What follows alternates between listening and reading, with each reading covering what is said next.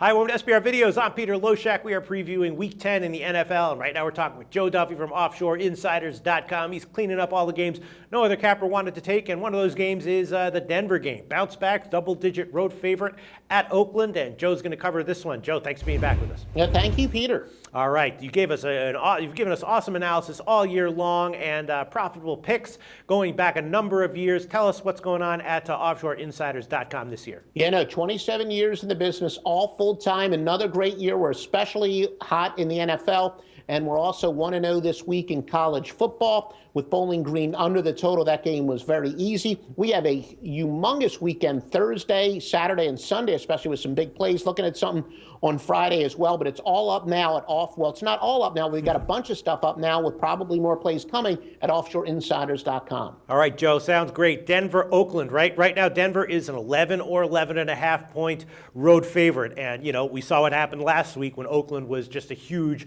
underdog. They got the cover. That was also a side that took sharp action. It closed under 14, opened, around 15.5. Oakland, of course, did get the cover there. Here it might be a little bit different, right? Denver last week, everyone was quoting how Brady's ATS record as a home dog, right? He was 7-1 against the spread as a home dog before that game, and now 8-1 against the spread as a home dog.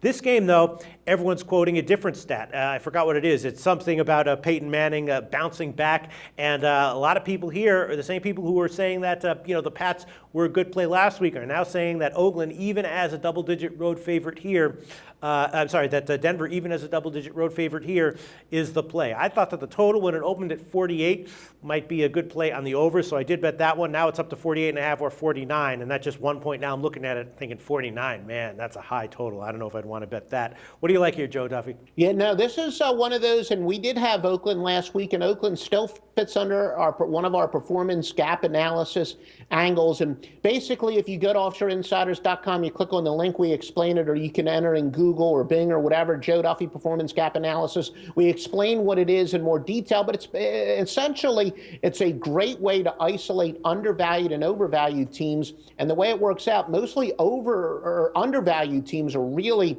doing extremely well. Some of the best systems that we do have. And essentially, in this one that applies here, it says a team with a bad turnover ratio and a team that has an inefficient defense based on yards per point has a big upside. And they're undervalued. And the specific one that we have is 11.76, 9.80, and 46 against the spread. Also, home underdogs of 7.5 or more are a very solid 220, 157, and 4. And if you want to use the more generic big underdogs, keep in mind that a home underdog of 7.5 is basically the equivalent of 13.5 on the road, that is, and road underdogs are 165, 118, and 8. So essentially big underdogs using different point spreads to define a big underdog at home and a big underdog on the road have always been good plays for years. And finally, another one that, we continue to win with teams that are on a 7-game straight-up losing streak or longer, and a team that, if they're playing a team that doesn't have an ATS winning percentage of above 750, going with the underdog is 197, 124, and 4. Keep in mind, Denver, the home team, is 7-1 straight up in their games. The way the schedule's been, most of their games have been at home this year. Rare case they're hitting the road. They're only 1-2 against the spread on the road. And meanwhile, Oakland, most of their games have been on the road, so they play a rare home game. And it's just really a tough spot for Denver. Yeah, it's another win that we got to sweat out. But we will, we're not going to win this game outright, but we are going to cover with Oakland. All right, Oakland plus 11.5 is a widely available number right now. You're not worried about some huge bounce back by Peyton Manning where it's just like, he runs up the score. And in retrospect, even though on paper before the game a double-digit spread like that looks big, then when we see the game in action, it's just like, Denver's going to run away with it? Well, no, Peter, realistically what you want is to have about a 55 to a 65% chance of covering. So as I always like to say, it's not as if this game is a complete lock. Otherwise, I'd be a multi-bazillionaire. But yes, that certainly is a possibility. But I guess here's another chance where, as I like to say, don't charge yourself that psychological juice, because so many people, they figure if they bet on Denver and they lose, it doesn't hurt quite as much if they bet on a bad team like Oakland and lose. But no, that's psychological. I call it psychological juice. Sometimes you got to win with. It is good to pick bad. I've written an article and done a video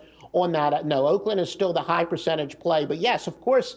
I'm worried, especially when you have the big underdog. You're always sweating it out to the end, but it's still the good percentage play, and I don't care about the psychological juice, what I call. Joe Duffy recommending a play on Oakland, plus 11.5 currently. Thanks so much, Joe.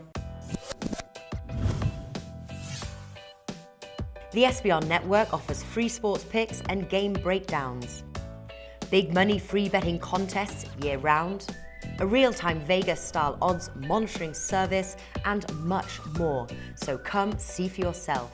To stay updated on SBR news and promotions, follow us on Twitter, Facebook, and Google+, and do be sure to subscribe to the Sportsbook Review YouTube channel to catch all our daily sports shows.